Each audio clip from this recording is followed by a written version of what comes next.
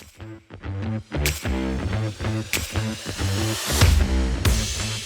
right, what's up, guys? We're back with another podcast episode, and we've got a pretty fun episode today. We're just going to be talking about the unspoken rules of pickleball etiquette, and things you should know if you don't already know. To be honest, if you're listening to a pickleball podcast, you probably know a lot of these rules, but just in case you don't, because I've been to a lot of places.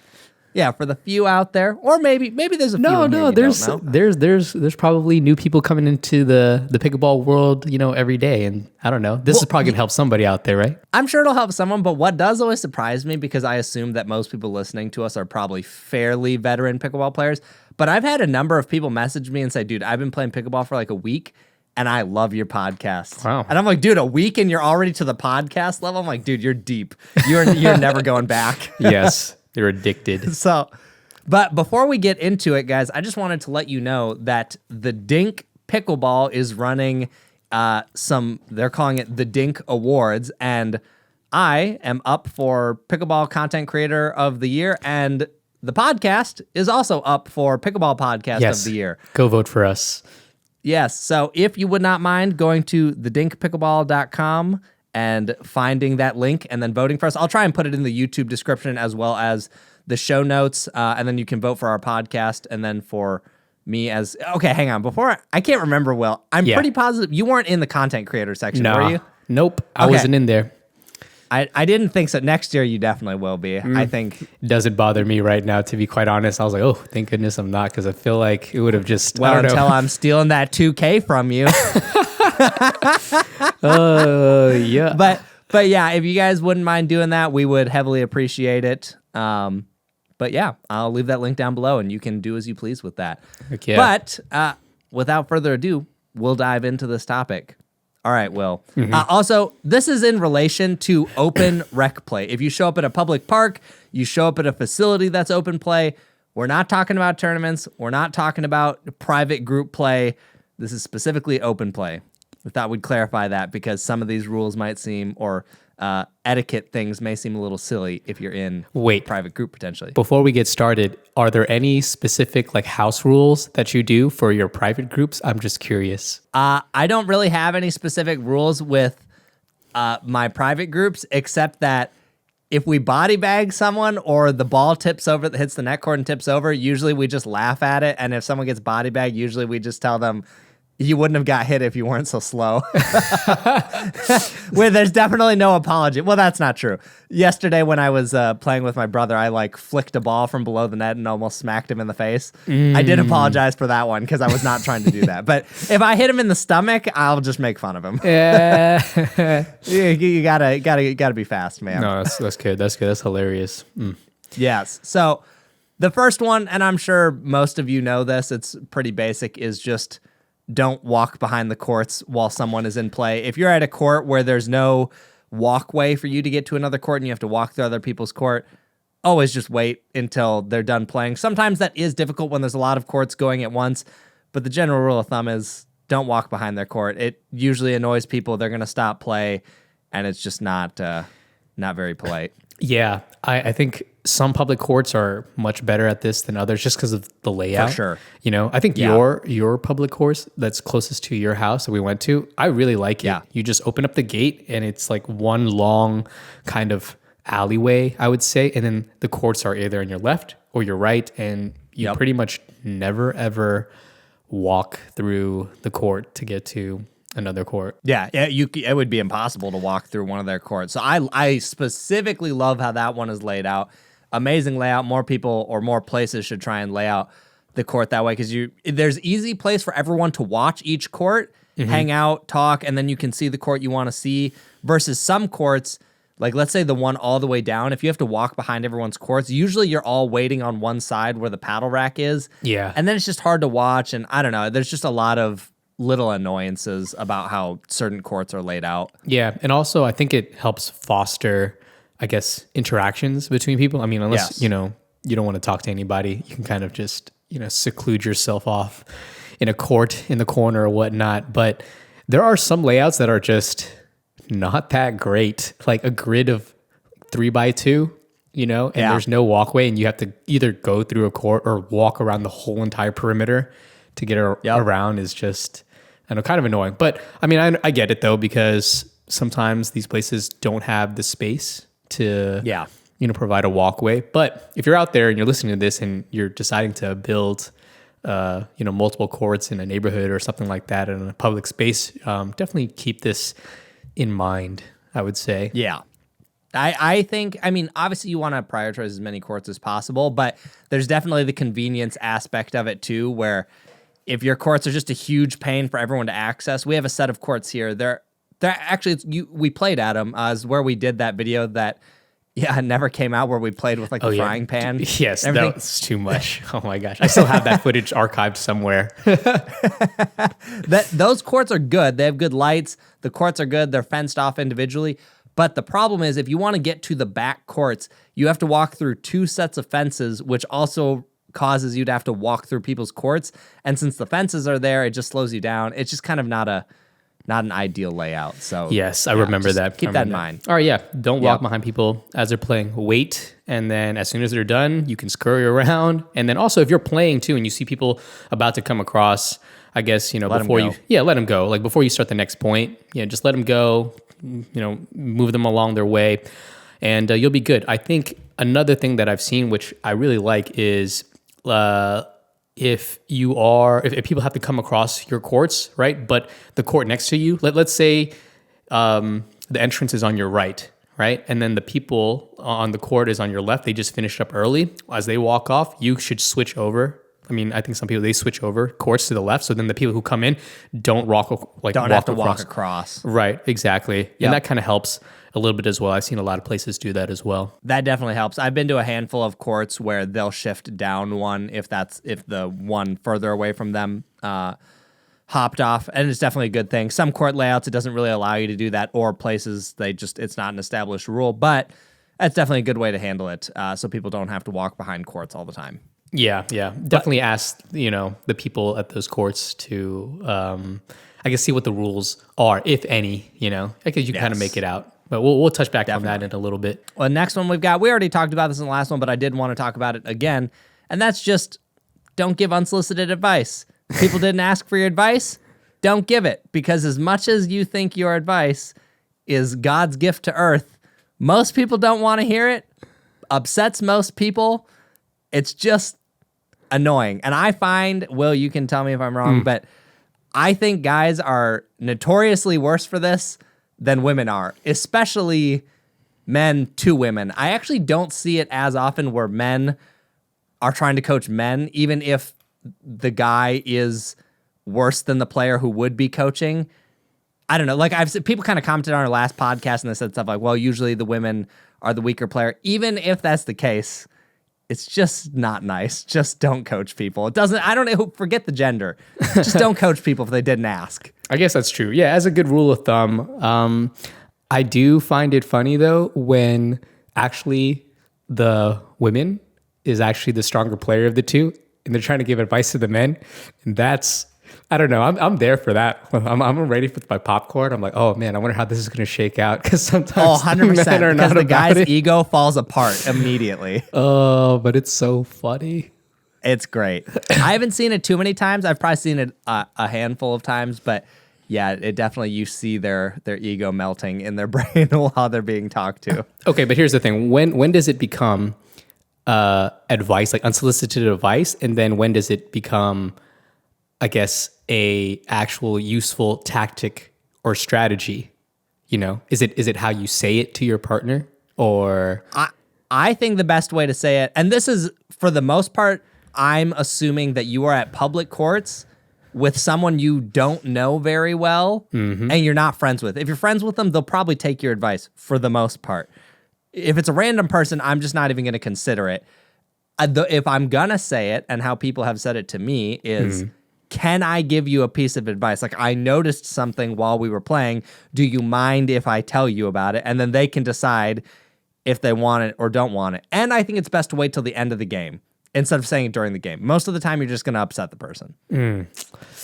I would agree. I think there are some times though where I say stuff like as the point is going on, but I don't tell them what to do. It's just kind of like, hey, cover your line, like move over, like shuffle over or whatnot. And Like in the middle of a live point. in the middle of a live point, if I'm reaching for something, sometimes I'll be like, yo, come to the center. Or like, whoa. I mean, stuff like that, I wouldn't even necessarily call that unsolicited advice. To me, that's just partner communication in the middle of the point. But I guess it really just depends how it's being said during the point. Exactly. That was my question, was sometimes I do this a lot. I'm like, oh man, well, now that you mentioned it like this, am I giving unsolicited advice? Is it wanted? Do they feel like I'm bossy? I have no idea, because I actually don't ask them after the game if, you know, how they felt about me potentially barking orders at them, which I really don't do all too much. I think it depends too how much you do it, right? Like if you do it a couple times a game, that to me feels clearly communication. If every point you're telling someone where they should be, then that probably starts crossing into territory that isn't great. I guess that's true. Yeah, just kind of use your best judgment and be tactful about it. Yeah. Yeah. Okay. The next one we got is don't force people to stack. I see this all the time with lefties. Wait. Before you go, we should probably explain Yes. to the audience what stacking is for some of them who may not know. Sure, that's fair. Okay. I'll let you try and tackle this, and we'll see who has a better explanation. Oh, I don't like this game anymore, Chris. Fine. I'll explain it. And then you can tell me if I'm wrong. Okay, perfect. Okay. I like this game. Stacking, in the most simple sense, is just each player wants to play in a designated box the whole game as much as possible. So if I, for whatever reason, just like playing on the left side of the court, stacking ensures that throughout the entire game, I will always play on that side of the court. So let's say somehow I ended up on the right, or if I'm serving and I have to serve from the right box, my partner will stand to the right of me. And then as soon as I serve the ball, I'm going to move over to the left, and my partner's going to move into the right side box. And then if I'm on the left side, well, I'm on the side that I want to be. So we play normal. Same thing if you're receiving. If I'm receiving and I'm on the right side of the court and I want to be on the left, as soon as I return the ball, my partner's going to run to the right box and I'm going to sprint to the left box. Usually there's a lot of different reasons you do this. If you're playing with a left-handed person, it makes sense for the lefty to be on the right side and the righty to be on the left side, because now both your forehands are in the middle. It just helps eliminate certain disadvantages in certain games, essentially. That was actually a good explanation. I liked it. Thank you. Yes. Thank you. I We can move appreciate on. it. All right. So the whole thing I just want to say there is don't force people to do it or assume that they want to.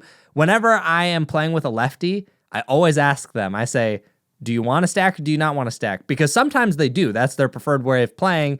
But sometimes they just want to play straight up pickleball. Like I have people who just assume they want to stack and then they're a little annoyed because, you know, if you're playing rec, it's just one more thing to keep track of. Yeah. It can be a little annoying.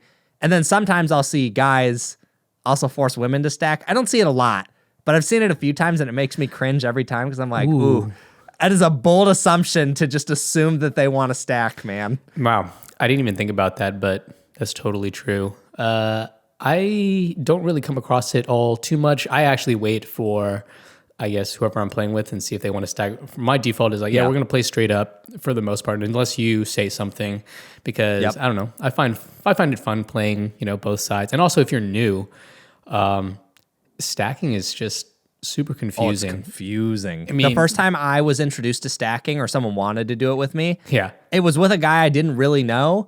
And I was very uncomfortable the whole time because I really didn't know what to do. Oh, you didn't know what to do? I mean, you just play it like normally. It's just keeping track of, I think what's uncomfortable is keeping track of who's serving, who's receiving, and the score. And there's just more things that can go wrong. Like, and in rec, when you're playing with random people, in my experience, people have gotten upset a few times when the score gets mixed up. People, maybe they serve from the wrong spot or they're calling the wrong score. Whatever it is, it's very easy to get confused. And I've been in games where people were unhappy about it. And then I'm just uncomfortable because I'm like, I didn't even want to do this to begin with. Now it doesn't matter. I'll stack and I don't care. It's easy to keep track of. But when I was new, very uncomfortable. oh yeah, for sure. I still feel uncomfortable stacking, to be quite honest. Sometimes I'm like, if somebody asks me to stack, I'm like, okay, but you're going to have to really help keep track of the points and who's serving, because I'm notorious. Because you do not know.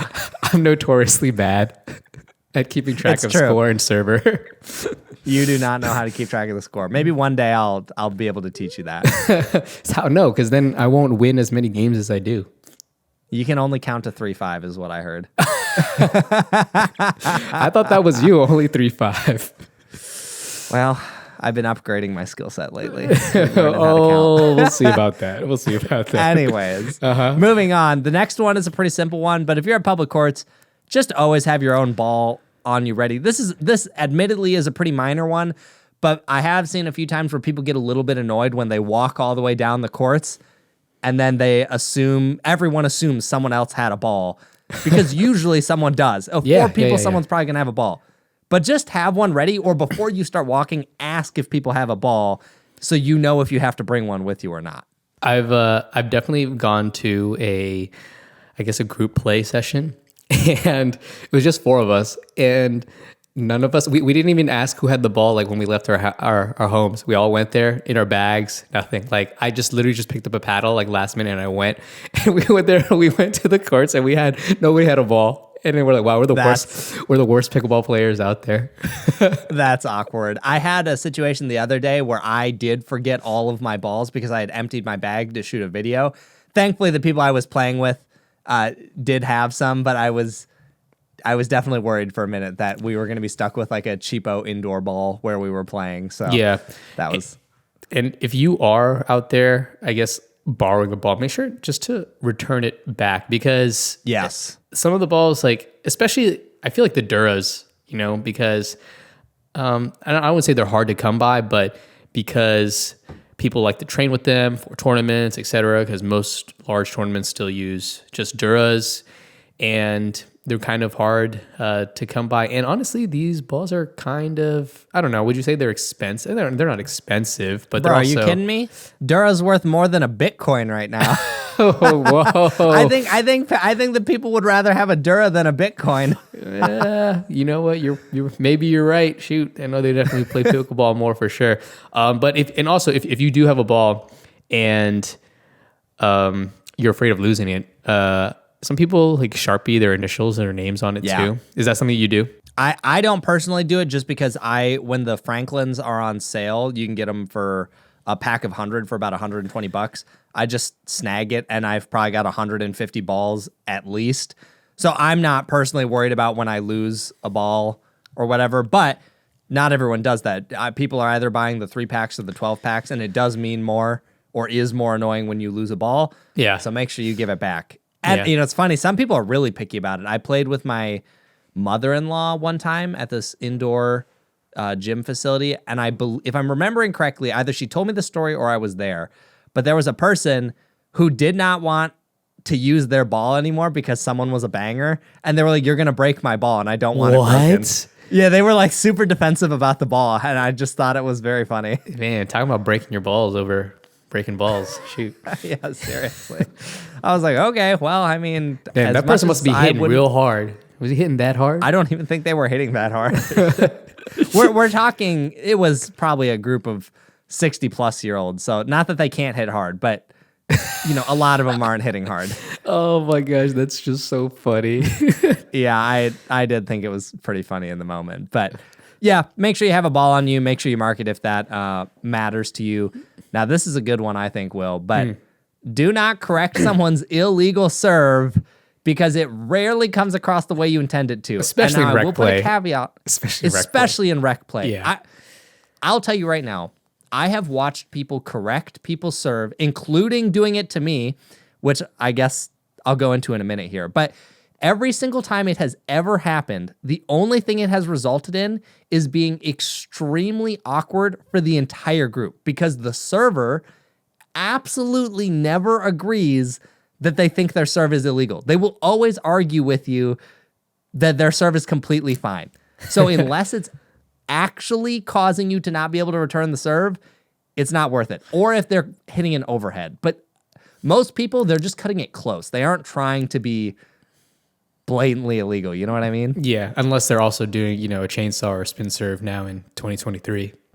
Right, and that's a whole other, that's easy enough to just tell them that's illegal. But, Most of the time, all you're going to do is upset someone. You're going to make it awkward for the group. I'm telling you, I've seen this dozens of times, and it absolutely never works. I've never once seen someone go, oh, you're right. I actually was a little high on that one. Let me fix that. No one has ever said that. And I don't believe I'll ever see it in my lifetime. I don't think it's ever happened to me. I don't think I've ever even witnessed it, to be quite honest with you. I had one time, I was going to save the story for later, but I'll just tell it now because it's relevant. When the chainsaw became a thing, and I was probably 2 weeks into using it consistently, I was just playing one of my friends. Yeah. And there was a court next to us, a bunch of older people, and I'm doing my chainsaw, maybe I got an ace or two on my buddy. We were playing singles. And this guy looks over at me and he goes, hey, the serve you're doing is illegal, right? And I was like, no, it's not. I was like, there are literal pros that use this right now, Zane at the time. This was when the chainsaw was like new. Like it was very new. And I literally argued with him back and forth. And then we'd go back to playing. I'd do it again. And he would pause his game and tell me my serve was illegal. And so I feel like I told him, find it where in the rule book this is illegal. And then what I figured out he thought was illegal is he said, you're not allowed to toss the ball in the air. That's illegal. And I was like, it drives me nuts because throwing the ball in the air, for people who don't know this rule, just in case, we'll talk about it now. You could throw the ball 300 feet in the air if you want. As long as you strike that ball below your waist and it doesn't bounce, all bets are off. You can do that all day long. But the only time you can't throw the ball in the air is a drop serve. That's it. You have to literally drop the ball for a drop serve. But if you're doing a volley serve, you could throw that ball over the fence if you want. Yes. Throw that thing sky high. Yeah. So that but that's messed up though. That's so annoying. He's not even playing in that same game. It really doesn't affect him. Literally affects him none. It was actually probably, at least in my early time of playing, because that was probably within my first 3 months of playing, I think. I actually got pretty frustrated in that situation. I wasn't, getting loud or anything, but you could tell in that moment my voice or tone was perhaps a little more aggressive. Dang. Did anybody else say anything? What about your person? No, it was basically their group just watching this guy tell me my serve was illegal. Oh, well, that's annoying. Why didn't you just tell him to be like, hey, let me play my game and you go play your game. We'll be on our way. What I should have done. Yes. But as you know, Will, I feel the need to be right when I know I'm right. So I couldn't let it go. I actually debated after that printing the rule sheet. Oh, wow. You're real petty. No, I was like, I honestly thought about carrying it because so many people didn't understand that the chainsaw was legal at the time and it was getting really annoying having to explain it that I almost started carrying a sheet of paper. I didn't, but I almost did. Oh, wow. The fact that you thought about it. And, I could have seen the smug look. If that was the situation, you had that piece of paper, I could imagine the smug look on your face as you pull it out of your bag to show him, like highlighted and pointed. There it is. No, literally, I would have been so smug about it. Because my thing is, if you are going to be so insistent about the rules, well, this is, this was later down the list, but we'll talk about it now too. Yeah. If you're going to call someone out on a rule, you better be 100% sure you know that rule, because I can't tell you how often people think they know the rules and just give someone completely false information. For example, that chainsaw example where I was throwing the ball in the air. Guy was convinced throwing the ball up in the air was illegal. He was wrong. So if you're going to call someone out, you better be real positive you know the rule. Fair enough. Good thing I have you, because I don't know all these rules. I'll be your Wikipedia, Will. It's okay. Oh, yes. Put you on speed dial. Hey, Chris, I'm over here. This situation just happened. Can you please, let me know? And then you'd be like, oh, let me, refer back to, I don't know, whose refs do you have on your phone? Do you have Don's number? I don't have Don, but I do have a ref in my local area that I could call. But I'd probably just know the rule anyways. Oh, okay. I'm just kidding. We actually messed up a rule on our last podcast episode. So. Oh, true. Yes. Which rule was that? Was and thank you to the people who corrected us. Yes. Thank you. It was for the bar, right? If it rolls over, hits the net, rolls over, and then what happens if it bounces on the ground and then hits the bar? It's what? So if it lands on the ground and then hit the bar, it's legal. If the ball rolls over the net and lands on the bar first, that's a replay. Got it. Good to know. I don't imagine that happening too often, but obviously it's happened enough. And it's because of just like the nets, the way that I guess some of the pro events use, right? They use that rollable net and there's that crossbar on the bottom. Yep. Or even temp nets. I think it's not necessarily more likely, but they have the crossbar too. It's thinner, so it's a little harder to hit, but you can get some weird bounces off the tape when the ball kind of pushes through it. True. Okay, cool. All right, well, let's see. Moving on to the next topic. Saying the score loudly. Is that the one? Yes. Please, guys, everyone. Doesn't happen much because I'm in a lot of private groups these days, but you'll be at the court playing with some people and someone gets the ball and they're ready to serve it and they go, 3-5-2. And you're like, what? Oh, you don't even know if they said it. They could have been talking to themselves and then they just served the ball and you're like, whoa, calm down here. So just say it loudly.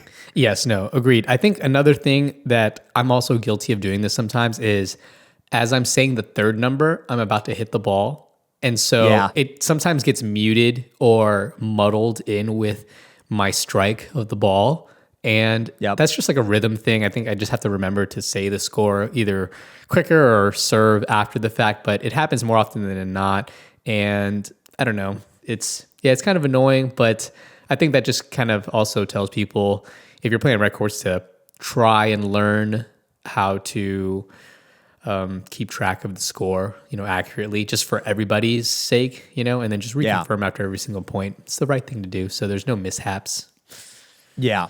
Definitely say it loudly, especially if you're in an indoor facility. It can be really hard to hear people inside of those. And, some people just don't have a very loud voice, so I understand if you can't just scream it at the top of your lungs. But I would say almost always no one on the pickleball court is saying, hey, dude, you're saying the score too loudly. It's only ever you're saying it too quietly. Dude, so someone now is just going to go into the court and just record them just yelling at the top of their lungs what the score is, and just to prove you wrong. Just like, yo, I think this they is probably too loud. will, but that's fine. I'd rather see them be too loud than too quiet. Okay, all right, fair enough. It causes strife, man. Like you see it on the forums. I don't know that I've seen it in person, but all the time people are complaining about, I was playing this person today and they just wouldn't say the score loudly and I never knew when they were serving and all this stuff. Wow. I don't know if I've ever really come across, I've come across people saying it not loud enough, but I don't think it's ever turned into an issue or a problem. Same. And for me, I've never personally experienced it where it annoyed me. I just see it on the forums all the time where someone's writing about it. Yeah, I guess that makes sense. On that same note, place. Yeah. Yeah, definitely. And those are tough. I've been in ones where I just can't hear people at all because the echo room. It's an echo chamber. Yeah, the echo chamber. It's terrible. You got Z5s and black aces in there and you're basically deaf. But the next one, which kind of ties in, is wait until people are ready to serve, because there are a lot of people who love to just quick serve you. Again, not personally struggled with this issue a lot. I've just seen complaints about it. But, people are still turning around or they're kind of setting up.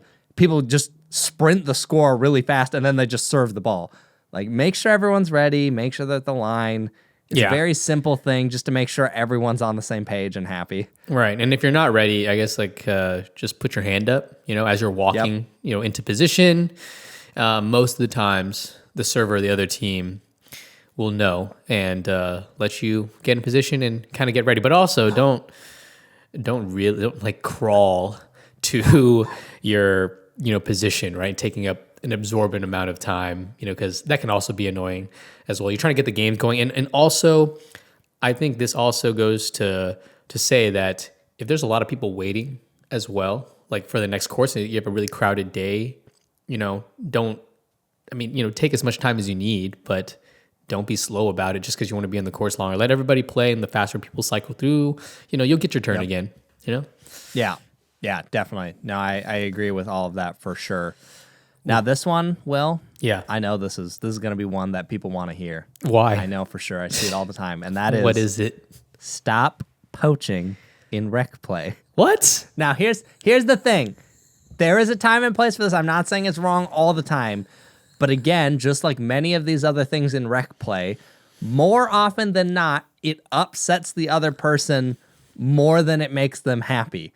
Because if you're playing rec, especially if it's busy, most people are just there because they want to play pickleball. Mm-hmm. They want to hit the ball. They treat it more like a 50-50 thing, even though we know pickleball is not a 50-50 sport. Don't aggressively come over in front of them and take their ball and all this stuff. It annoys a lot of people. I'm not saying never do it, but people who do it excessively, more often than not, it annoys them. I mean, what if they just want to win? What if your partner, right? What if you're the poacher, right? And I'm your partner, and I'm like, I just want to win, and I just, I'm like, okay. Does the person you're playing with also want to win? Yeah. Then it's okay. So you know for a fact, like, they want to win at, like, basically all costs. Yes, at all costs. Is that okay? Well, then at that point, I think it's established that you can do whatever you want. Okay. But most random people, that's not how they feel. No. I'm just trying to give you a hard time, but I totally agree. Yeah, people, you come in, especially if you're waiting. If you're like waiting, I don't know, 10, 15 minutes to get on the court for a game, and then you get on court and your partner's poaching all the balls and you get to hit nothing, kind of sucks. That's not what you're there for. Exactly. And it's interesting, as I have moved up in pickleball and played in lower level groups, you realize that things that feel normal in your level of play are not normal at the lower levels of play. So sometimes I'll come over for a third ball, which is, maybe 3/4 of the way into their box, or like 3/4 of the court. And so I'll come over, and that 4-0, 4-5 plus, super normal to come take that ball. But then people will tell me, especially if I kind of messed something up or didn't hit a great drop, there's like, did you really have to come over for that? This doesn't really happen anymore. I'm thinking, a year ago or whatever. But, people just get frustrated by it. So just, kind of keep in mind who you're playing with. You have to learn to read the court and figure out what may be acceptable and what may not be. Poaching and coming over a lot at lower levels is going to be viewed as a bad thing. Oh, but what if reading the room like poaching is the thing to do? What about then? Can I poach then? As long as you're pretty confident it won't upset the person. Again, it's not a never do it. It's just, I have seen it go wrong more times than it goes right. But if you're on the same page as your partner and they're fine with it, whatever, obviously all bets are off. Most of all of these etiquette things are assuming a random person who you don't know and you don't have great communication with. It's like, if I'm with you, obviously I'm going to poach every ball from you because I want to win the game.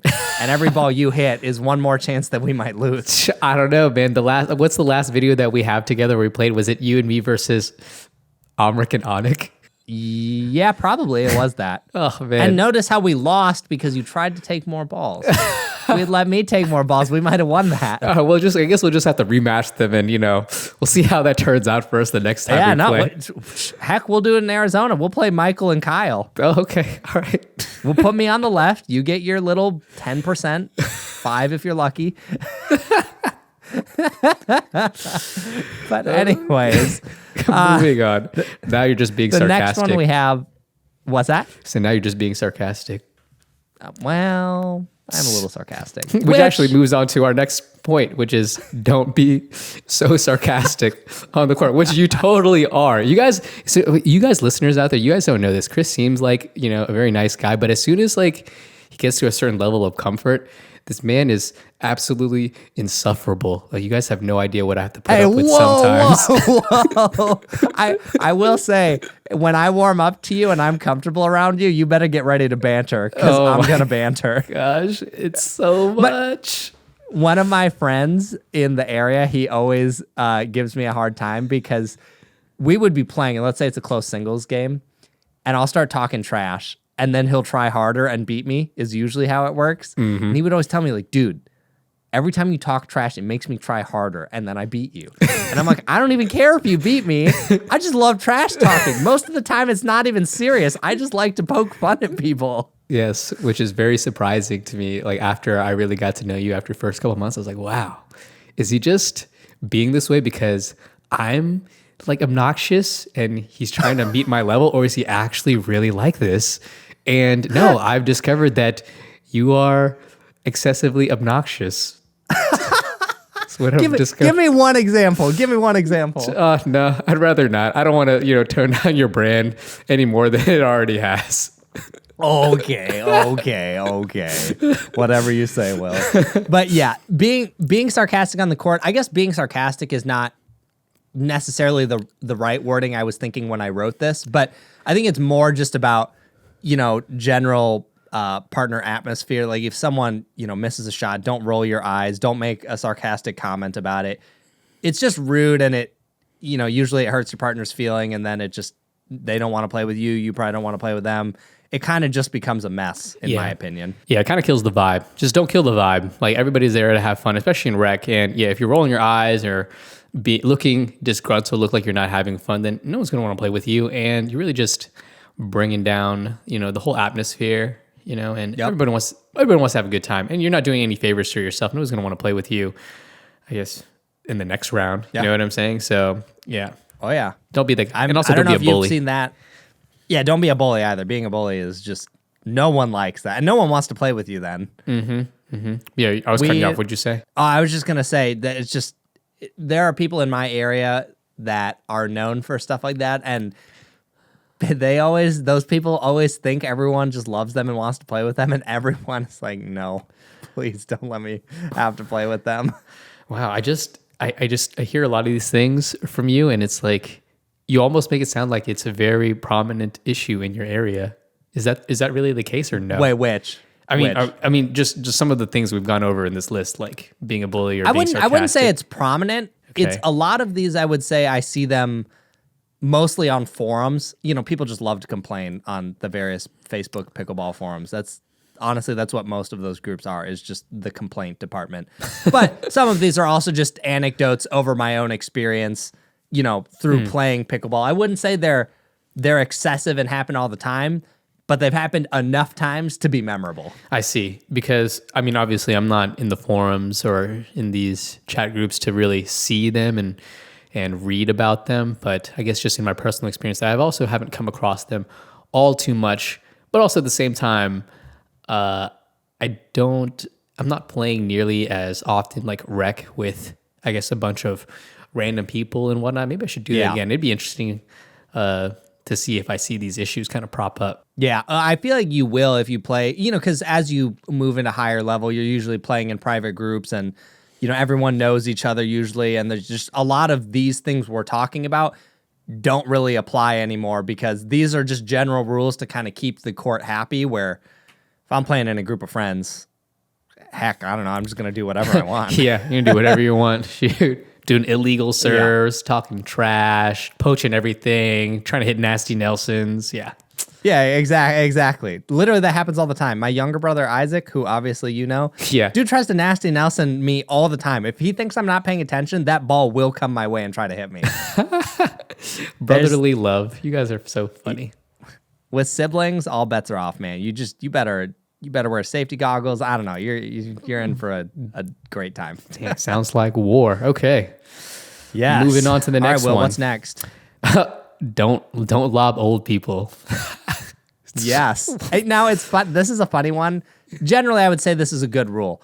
It's just a lot of, if you're 60, 70 plus, chasing a lob is not always ideal, and running backwards, if they try and do that, they may fall over. Whoa! You're speaking in generalities, man. There's some old people out here that are just smoking, Oh, 100%. I played an 80-year-old once in singles. This was when I was pretty new. Dude could move for an 80-year-old. It doesn't apply to everyone, but I have been in enough groups where people have specifically told me, no lobbing. Like, lobbing is off limits. Off limits on this one. Okay, yeah, or against certain people. Yeah, that's something for you to decide, I suppose, and use your discretion as well. Yep. There was one person who I met in LA. His name was Ling the Legend. My buddy Justin introduced me to him.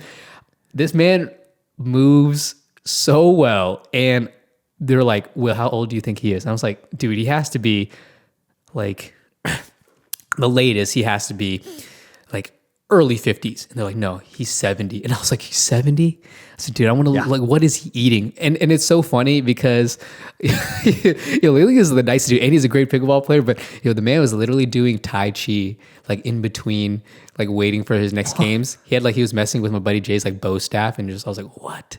Who is this guy?" He's like, heck? This is Ling the Legend. And he was so good. And I was like, man, if I lob this guy, he might just fly up there and just smash me. So I was like, I was like, this is not happening.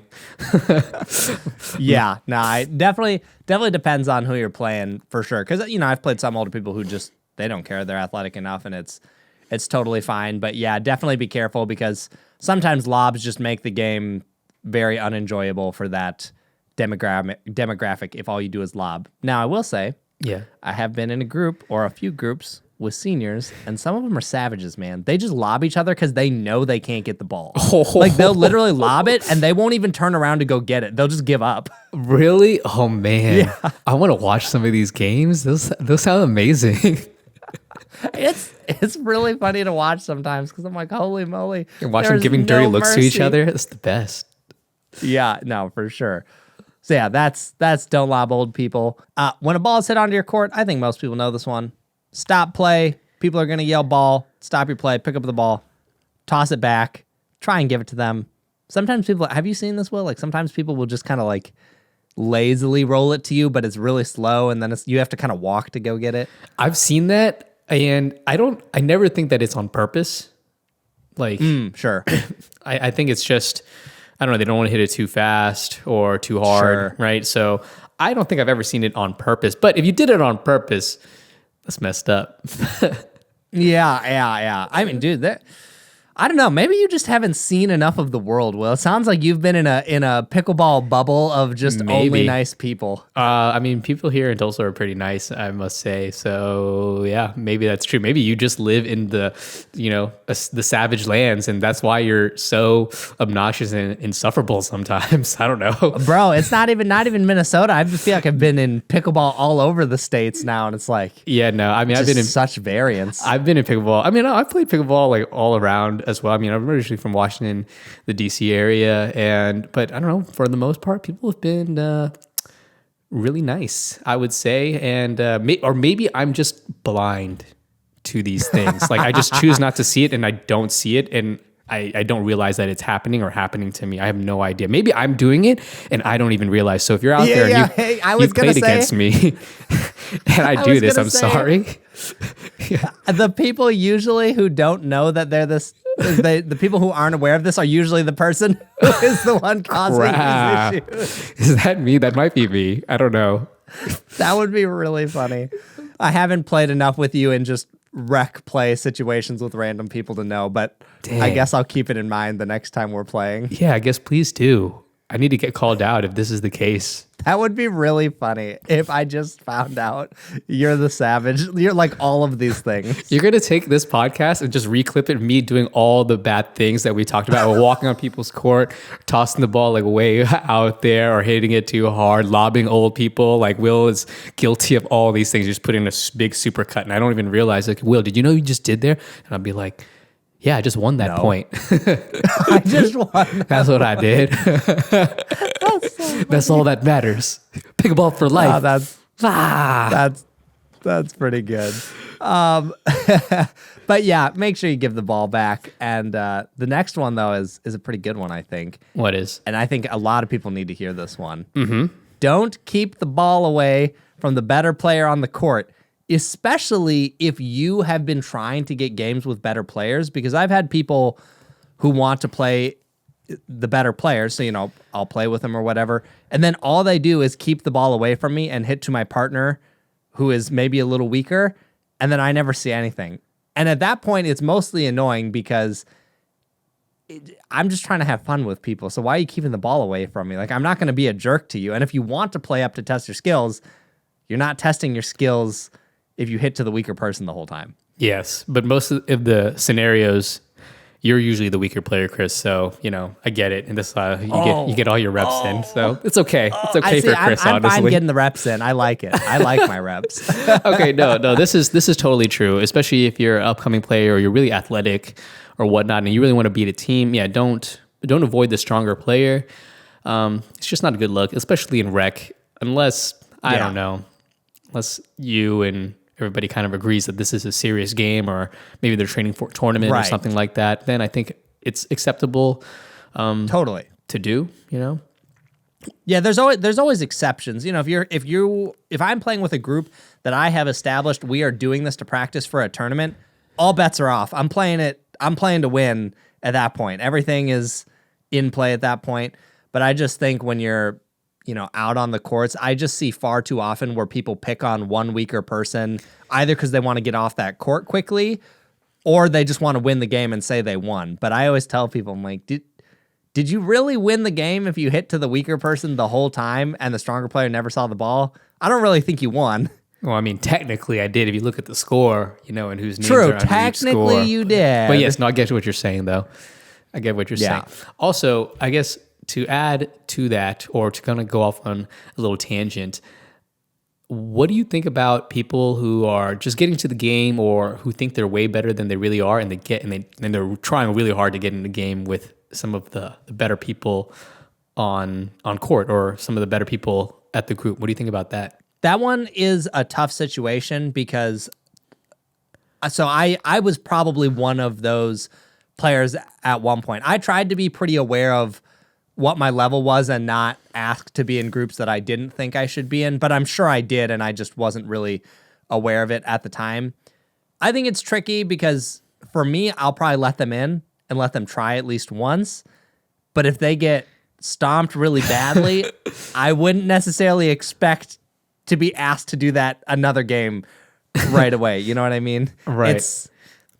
I don't know. That one's always a little tricky. And some people just think they belong there when they don't. Right, exactly. And I think it's hard because you don't know how good you really are. And it's interesting in pickleball because, the game is so forgiving and, I guess at the rec level as you're moving up, it's pretty easy, I would say, to get in to think that you're good. So if you want to move in with some of the better players, I think this is something that actually you should be mindful of that could potentially take time. Try to play, with really good people, and then the people that you do play with, that you do get games with, if you are better than them, I guess show. I don't know. This could backfire a bit, but I guess you can kind of show how dominant you are, and then those people start talking, be like, "Hey, maybe you should play with this the next group, at the level up higher." But it's something that takes time. Don't rush it, is what I'm trying to say. I think that there is a healthy mix of that and another thing I wanted to mention, which is, so if you're trying to play up and you are aware that you are trying to play up a level, if you are playing with 3-5s and you're trying to play 4-0, I personally do not feel that the higher level group should have to hold out at all. If you are aware of what's happening and you're trying to get competitive games, let the higher level players go all out, and you are not allowed to get mad about it. But the flip side of that I have had is if you are the strongest player on the court, let's say you're a 4-0 and you're playing with 3-5s or even 3-0s, my opinion is that you should play to their level where you're more playing like keep the ball alive, like make it fun and challenging for them. Like, if a 3-0 just pops up something you could smash, maybe you hit it a little quicker, but something within reason at their level. You don't have to just body bag them, essentially. You know what I mean? Like, play to their level so everyone can kind of get a taste of, here's what I need to work on. And you can always find something to work on, right? Yeah. Like, if you're playing with a lower level, you can find a skill to work on that makes it work for everyone. Yeah. The skill that I work on when I play with lower levels is I try to body bag them, actually, especially if their name is Chris Olsen. That's, when I'm playing to his level, it's like, oh, yeah, body bag him immediately. Pop up. Well, next time we play doubles, I'm gonna keep track of who got more body bags. Okay, fair enough. You can go to the counter. This is gonna get violent. This is not gonna end well. I do have one. Well, probably both of us. Someone will probably get hurt. All right. Anyways, moving on. I did want to talk about one funny story that I had, which involved this. So this was, again, a year ago, pretty new-ish to pickleball. But I was playing with this lady and another person, and I think it was me and one of my brothers. Anyways, we're playing, mostly hitting to the other person, because I think they were the stronger player. Okay. And at some point, this lady calls us out, and she goes, "Why are you only hitting to my partner? Like, why are you avoiding me? Like, I'm a good player too." And it wasn't really a conscious thing. It was just kind of how the game was going. So we made effort to start hitting to that person next. And then, we're still trying to play the game and win. So, she's, ball's going past her, whatever. We're winning the point. Did she flip it? She flipped. Then she went, "You guys are hitting the ball to me too much. You're picking on me just because I'm a girl." Oh, and I was like, gosh. "What?" I was like, you can't have it both ways. I know. You cannot feel. Get off the court. Get off the freaking court. Literally at that point, I was like, You're getting body bagged. Nah, you're getting body bagged. Like you say that to me and you just flipped and like you're getting body bagged. I'm sorry. I don't care how old you are.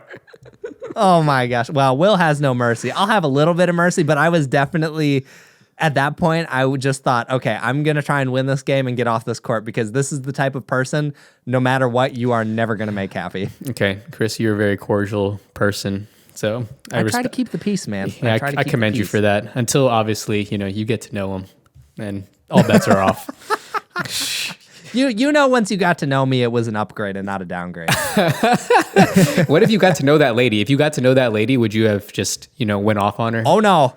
Trust me, I got to know that person over time, and my opinion only went down. Oh, really? Dang. For sure, only went down. Oh my God. Everyone I knew was not a fan of this person. Yeah, rough. Don't be that lady, guys. Don't be that lady. Don't be you that can't have person. it both ways. You can't have it both ways. No, you can't have it both ways.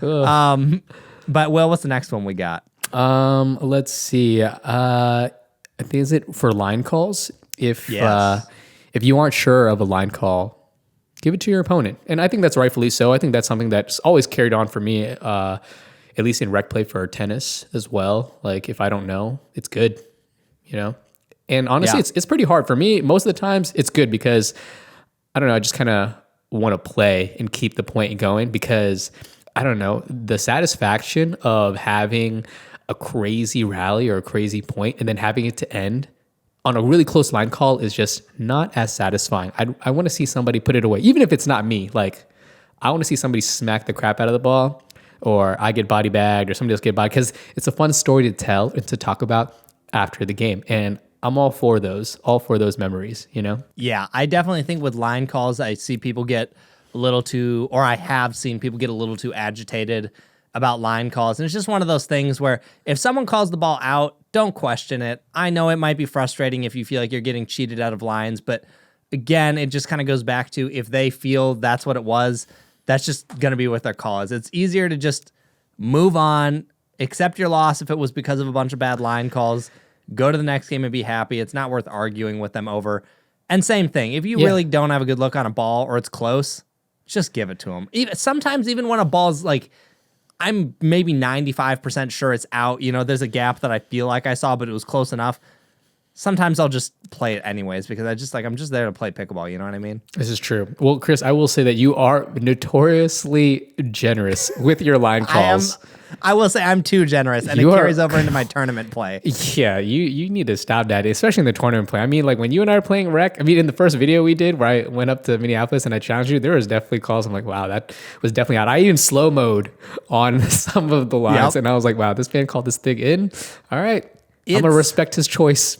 I'm going to take it. When I'm playing in tournaments, there's almost a part of me that's like a little too shows, I don't know if sympathy is the right word, but especially if a game is tight, I don't want to be that guy that feels like the opponent cheated them out of like, oh, it's a close game and you're calling tight lines. I never want to be like that. So I just always err on the side of calling it in. And that has bit me quite a few times now. Mm-hmm. Yeah, I was there to witness it. It was hard to watch sometimes, honestly. It's hard for me to watch later. I'm like, oh my gosh, dude, that ball's a foot out. How did you not see it? Are you blind? There was a time, wasn't it with the ref? like you called it in or something, and the ref was like, "You sure?" or something like that. No, that was just what you said that was probably going through the ref's mind. Oh, that's right. Shoot, maybe your opponent's like you're calling a ball in. Even your opponents are like, "Are you sure about that?" That's no, for sure. Denim Demon told me that after we finished playing, he was like, "Dude, I could not believe you called those in."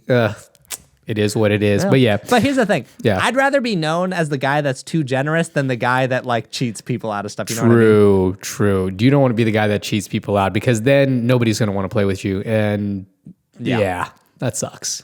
That sucks. No one definitely wants to play with you at that point. All right, Chris, what's next on the list? We have don't be that guy screaming and throwing their paddle. This is probably the most awkward type of person to play against. I have been in tournaments where people have thrown their paddles. It's really awkward.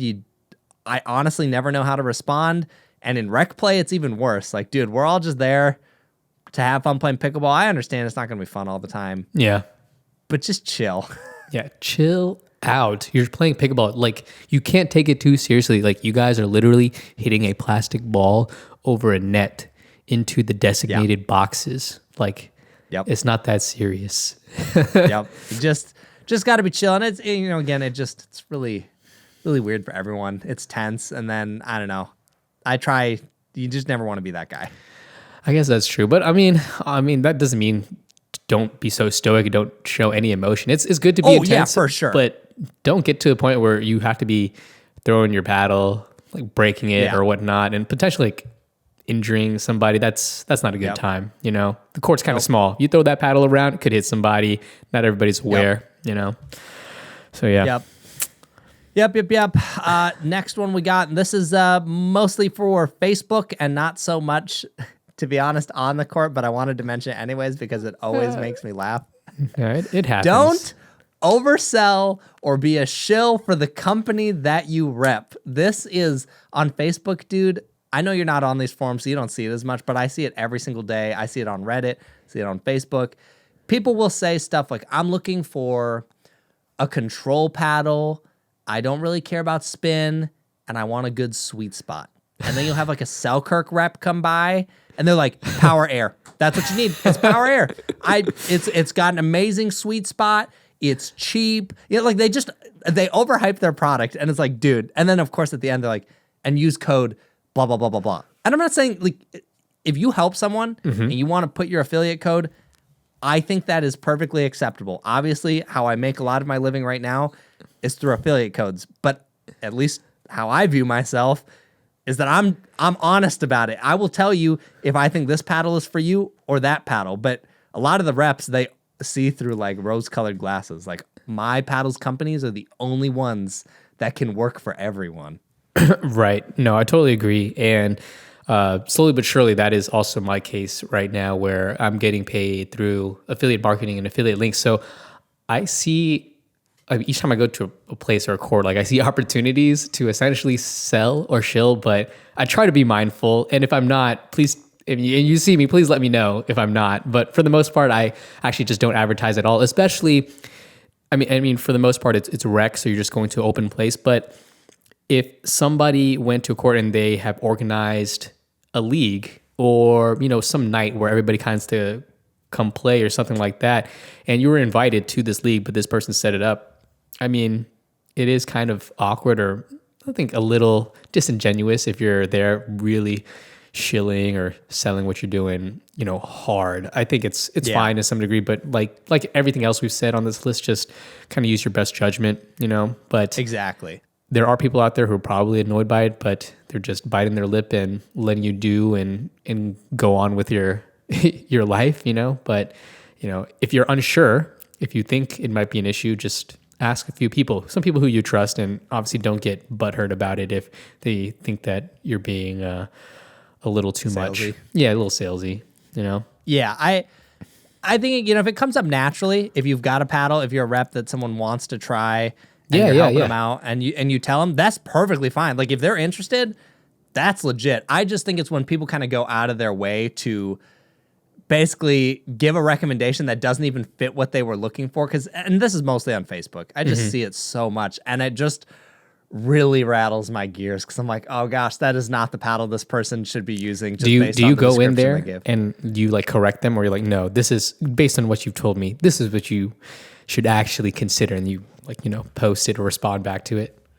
I don't usually correct the reps because I don't want to be rude, but I will usually chime in my thoughts and give my list of recommendations on what I think work for people. And on Facebook, I just don't post my affiliate codes. I realize like maybe that is a missed opportunity, but I want people to understand that my goal is to help. Like I'm not trying to sell you on this thing. If I have a discount code specifically that gives you like 10%, like maybe I'll mention it, but I generally try not to mention it unless I think it's helping more than anything. If the code only benefits me, I don't talk about it on a Facebook forum or something. I see. Fair enough. Yeah. Yep. So, but I think we're pretty good here. Honestly, I guess the only other two that I really want to talk about are people getting upset when people don't play pickleball the quote unquote right way. Wait, what's the right way? Dude, it's mostly people who don't like tennis players and bangers. And this happened to me when I came in.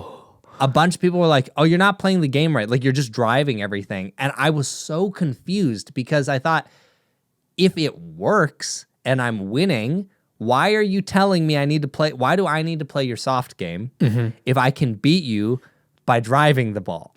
And I understand what people mean. Like, obviously, dinking's a big part of the game, and you're going to have to learn it at some point, yada, yada, yada. But don't tell someone they're playing the game, quote unquote, wrong if they're beating you. Yeah. It doesn't make any sense. No, because then it just makes you look like an idiot because they beat you and you told them they're playing the wrong way. So if they're playing the wrong way and they're still beating you, then you must be playing, I don't know, what game are you must be playing? Doing something really wrong. Exactly, right. So it's not a good look for you. You know, then you just, oh, gosh. Yeah, definitely not a good look if that's the case. So be mindful of that. You know, tennis players are going to come in. They're going to play a tennis game for a little while. You know, if they're losing and, you know, I don't know, if they're open to it, you can tell them about dinking and whatnot. But, dude, if they can beat you with a drive, I can tell you right now they are not going to stop driving until you make them realize that driving doesn't work. So drive all day. Just, yeah, basically. I mean, the game's getting faster and faster. So when people just want to dink, I'm like, well, that's not really the way the game's trending. Nope. But you know what, Will? What? Above all else, probably the most important one of everything in this, and perhaps the most simple, maybe, is just be a pleasant person. Just be a guy that people want to be around. And that might be tough for me. I don't know. You know, that's not where I thought you were going with that, but I'll take it. I'll take it. I'm glad it wasn't about me this time. No, I can't hate on you. You're probably one of the most pleasant people I've honestly met, to be quite honest. Until you really get to know behind. When the cameras are off, then things are a little You're different. Make people think that I'm some monster. No. Stop.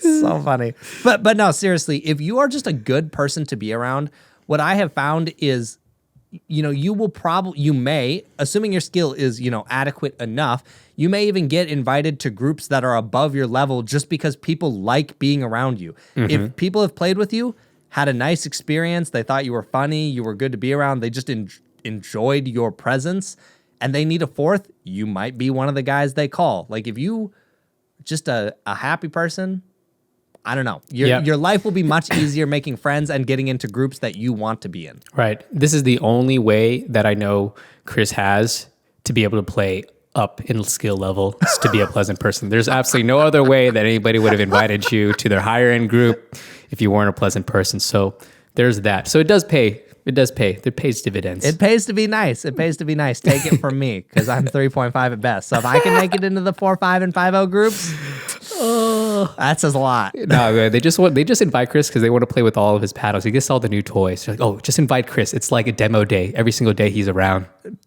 That definitely, I'm not saying that's why people invite me to stuff, because I genuinely don't believe that's the only reason, but I do think there's a little portion where people are like, he might have one of those new paddles on him. No, that's definitely part of their calculus. No, for sure. There's no way that it's not. I mean, hey, it's smart. I wouldn't even fault people for it. Like, no, I wouldn't either. It's just smart. Yeah, shoot, I would do it. It's a skill or asset you may have available to you. So why not, I guess, take advantage if you're able to. Good stuff. Well, I think that's all we got. Unless there's something else you wanted to add. No, I think that's pretty much everything. That's the unspoken rules of pickleball etiquette, whatever you want to call it. Again, use your best judgment in all of the situations. These aren't hard and fast rules most of the time, but I think it covers most of just the rec players out in the world of pickleball. And, you know, the rules change when you're in your own private group, but just learn to read the court. Yeah, and if you guys have anything that we missed, definitely let us know in the comments, or, you know, just hit us up. Maybe we'll do a part 2 if there is anything we missed. The game is ever evolving and changing, and new people are coming into the game, and, you know, they may not know the rules, or they might bring something different or new or something unsavory. So, yeah, just let us know. Yeah, sounds good. We'll catch you guys later. All right, see ya.